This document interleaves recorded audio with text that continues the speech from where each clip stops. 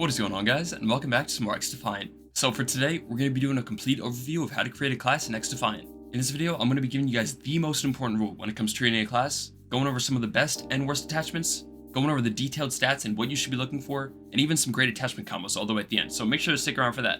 So first things first, I want to go over the most important rule when it comes to creating a class, and that's the concept of canceling out negatives. Now, the best way to explain this is with an example. So let's go ahead and take a look at this MDR class, and I'll show you exactly what I'm talking about. So this is my MDR class, and it's genuinely one of my favorite in the whole game, as with the right attachments, it has no downsides. So let's get into how we got it like this. And first things first, we're going to strip it back. So the first thing you want to look for is what exactly you want on your gun. So with the MDR being more of a hybrid SMG, we want to put some more range on this guy, so the first attachments we're going to put on is the barrel extender and the chrome line. Now you'll notice the negatives for these two attachments are recoil recovery, sprint out time, movement speed, and ADS speed. Now I'll be honest, recoil recovery does not matter in this game. Do not worry about this stat. It does not affect you at all. The only things you should be focusing on is sprint out time, ADS speed, and the movement speed for these three. So for our next few attachments, we want to go ahead and put things on our gun that'll help balance out these negatives. So the first thing we're going to do is go ahead and put the super light front rail on. This will give us another 10% ADS speed plus some of our movement speed back. So we're already halfway back to our movement speed, and we got 10% out of our 15% in the ADS speed. Now when it comes to the ADS speed, something you're going to want to stay away from is going past a negative 10% in the ADS speed. A 5% negative really isn't going to be too noticeable, so with that, that's completely fine. As you'll see, we're going to have a 5% negative, and it's only going to be a total of 12 milliseconds, which no one can even notice that. Alright, now with this attachment, we've got half our movement speed back from this negative, and we got 10% of our ADS speed back. We still have yet to get our sprint out time, so for our next attachment, we're going to go ahead and put the quick draw rear grip on, as this will even out our sprint out time and give us a nice 5% buffer to our ADS speed.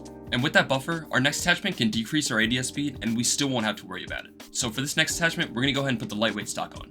This attachment will help us get our movement speed back that we lost from the chrome line barrel, as well as giving us a nice 20% bonus to the straight speed. So now with our build being complete, we want to go ahead and take a look at the detailed stats, and I'm going to tell you exactly what you should be looking for and what you shouldn't be. Now, the most important things are all on the left side of the screen. The whole right side of the screen, never take a look at. Accuracy, I'm not sure if you guys can see my sensor, but accuracy, ammo, these things, they do not matter. The most important things is movement, weapon handling, and damage and range.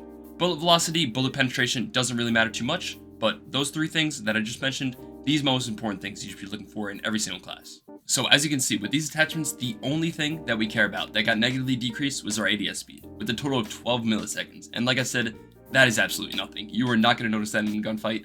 All the positives, they way outweigh it. So now that we canceled out all our negatives, we're only stuck with positives. So as you can see, we get a nice 20% increase to our straight speed, as well as a ton more range. So this build is now a beast with, like I said, zero downsides. Alright, now I'm going to cover some of the best and worst attachments next fight, as well as go over the stats that you should not be concerned about. Alright, starting us off with the barrels, in my opinion, the light suppressor and the barrel extender are by far and away the best muzzles. Everything else, not too great. In my opinion, even the compensator and the muzzle brake, I don't really notice anything, even in the range when you go ahead and put these on. It might be like a 1 bullet difference in the recoil pattern. It's not going to be really noticeable. And when it comes to the muzzle booster, once these guys got fixed and the correct amount of recoil was given, these guys just weren't the same. So in my opinion, barrel extender and the light suppressor are the way to go. But for most builds, honestly, I stayed away from the muzzles. Moving on to the barrels, the main three you want to stay away from is these three right here. I mean, the recon barrel, stabilization, and stealth. I don't think I've ever used these on a class once. Let me know if you guys have, but they just don't seem good. It's all about stealth. If you're going to put stealth, just use the light suppressor. It won't give you any negatives. And obviously, you still see yourself on the minimap for half a second, but in my opinion, it's just astronomically better. And then the remaining four attachments, they're really solid. The heavy barrel, only good on certain guns like the MDR, where they increases damage from 19 to 20.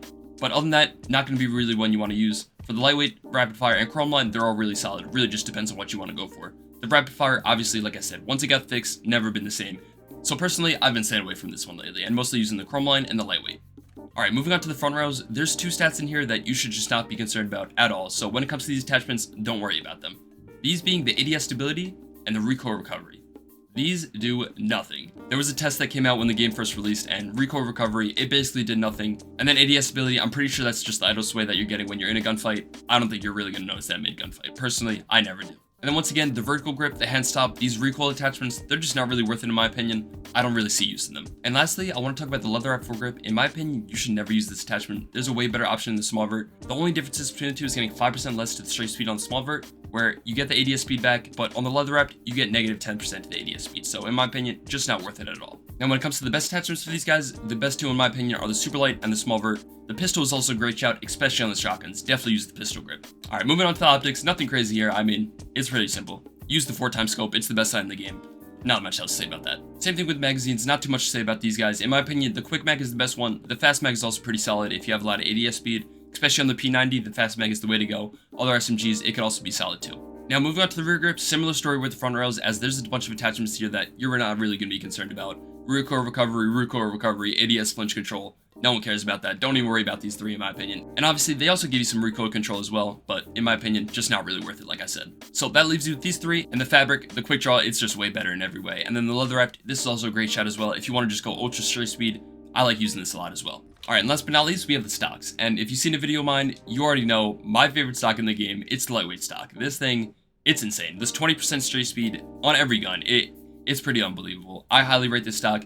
The folded stock is also a solid option if you want more movement speed, especially on the LMGs. I would definitely use the folded stock, or collapse stock, I think it's called on those. And then the remove stock, personally, I'm not too big of a fan of, but it's probably the third best. The other three, I don't think they're that good. The padded, obviously, it only gives you positives, so when you're first unlocking the gun, might as well throw this on, but once you level it up, I don't think it's worth it. Alright, so that's going to do it for the best and worst attachments. Now, like I said, I want to go over some of the best attachment combos, and if you couldn't tell by now, we basically have the same attachments on this as we do on the MDR. So, as you can see, my favorite attachment combo in the whole game right now has been the super light, the chrome line, the quick draw, and the lightweight.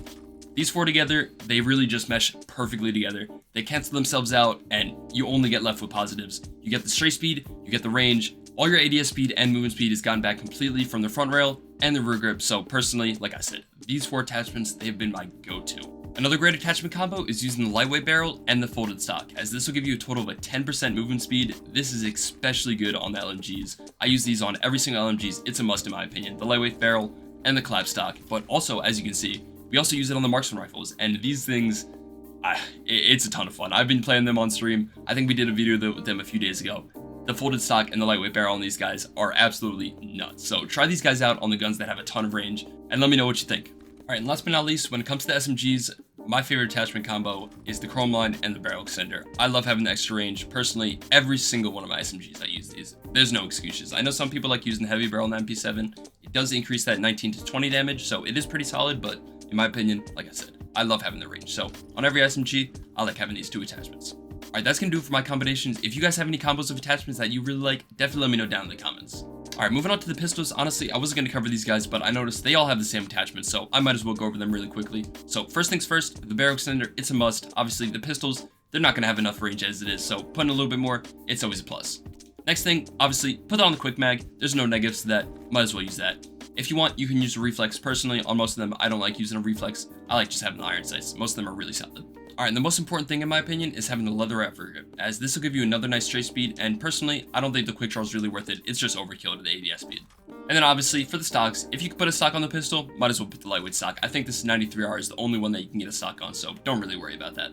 Alright, and last but not least, we have the devices, and honestly, these are all personal preference. Personally, I've been using the stick grenade lately. It's really nice to hold off a push. You can throw it down at the doorway, make it so people can't push you, or if they do, they're gonna get exploded. Another good shot is the frag grenade, especially in ranked. These things are solid as hell, man. If you cook them up the right way, throw them in the right spot, it's gonna be a free kill all the time. And then the flashbang, honestly, it's not that good in my opinion. The fact that you can look away and you don't get hit by it makes it so it's pretty weak. Obviously, it's like a stun and a concussion at the same time, so it's a lot. But like I said, being able to avoid it, it's pretty easy. So, in my opinion, not the best. And last but not least, we got EMP grenades. Now that faction limits are coming to ranked, I really don't see these guys being in the game too much. They're obviously good for the spider bots, shields, but like I said, not seeing too many shields, I'd rather just have a sticky grenade or frag grenade. Alright though guys, I believe that is everything when it comes to rigging class. If you think I missed anything, definitely let me know down in the comments, and other than that, thank you guys very much for watching, and I'll see you guys in the next one. Later!